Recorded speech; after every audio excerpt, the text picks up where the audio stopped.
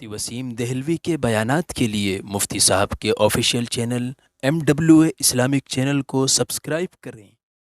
حدیث مبارکہ کی روشنی میں ہمارے لیے یہ جاننا ضروری ہے کہ کسی شخص کو کافر یا فاسق کہنا کیسا ہے۔ آج کے زمانے میں ایسے لوگوں کی تعداد بڑھتی جا رہی ہے جو کسی پر فاسق یا کافر ہونے کا فتویٰ لگانے میں دیر نہیں لگاتے ہیں۔ ہمیں اس میں احتیاط سے کام لینا چاہیے۔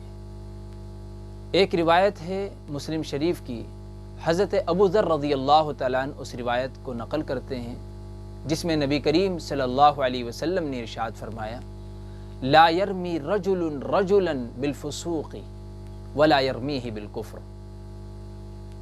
اگر کسی شخص نے کسی دوسرے شخص کو فاسق یا کافر کہا، الا ارتدت علیہ ان لم یکن صاحبہ کذالک، اور حقیقت میں وہ شخص فاسق یا کافر نہ ہو تو پھر یہ شخص جو کہنے والا ہے خود فاسق یا کافر ہو جائے گا۔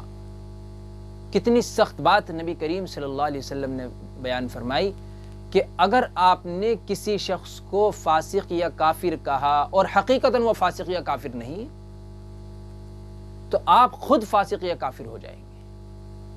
اس لیے ہمیں کسی پر بھی کفر کا، فسق کا فتویٰ لگانے میں احتیاط کرنی چاہیے، اپنی زبان کو لگام دینی چاہیے۔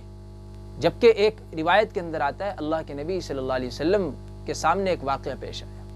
ایک صحابی کا انتقال ہوتا ہے اور ایک دوسرے صحابی وہاں پر جن صحابی کا انتقال ہوا ہے ان کو مخاطب کرتے ہوئے، ان کی میت کو مخاطب کرتے ہوئے چند کلمات دہراتے ہیں اور کہتے ہیں کہ تم کو جنت کی بشارت ہو۔ آپ صلی اللہ علیہ وسلم نے ان سے پوچھا، آپ یہ کس بنا پر کہہ رہے ہیں؟ آپ کے پاس کیا دلیل ہے؟ کیا آپ ان کی حقیقت کو صحیح طرح سے جانتے ہیں؟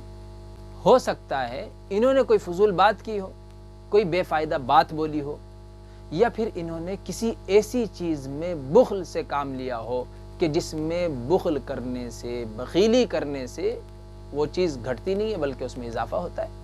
مثلا اللہ تبارک و تعالیٰ نے علم کی دولت سے نوازا اور اس کو دوسرے کے سکھانے میں کنجوسی سے کام لیا ہو، جبکہ علم جتنا سکھائیں گے اتنا اضافہ ہوگا۔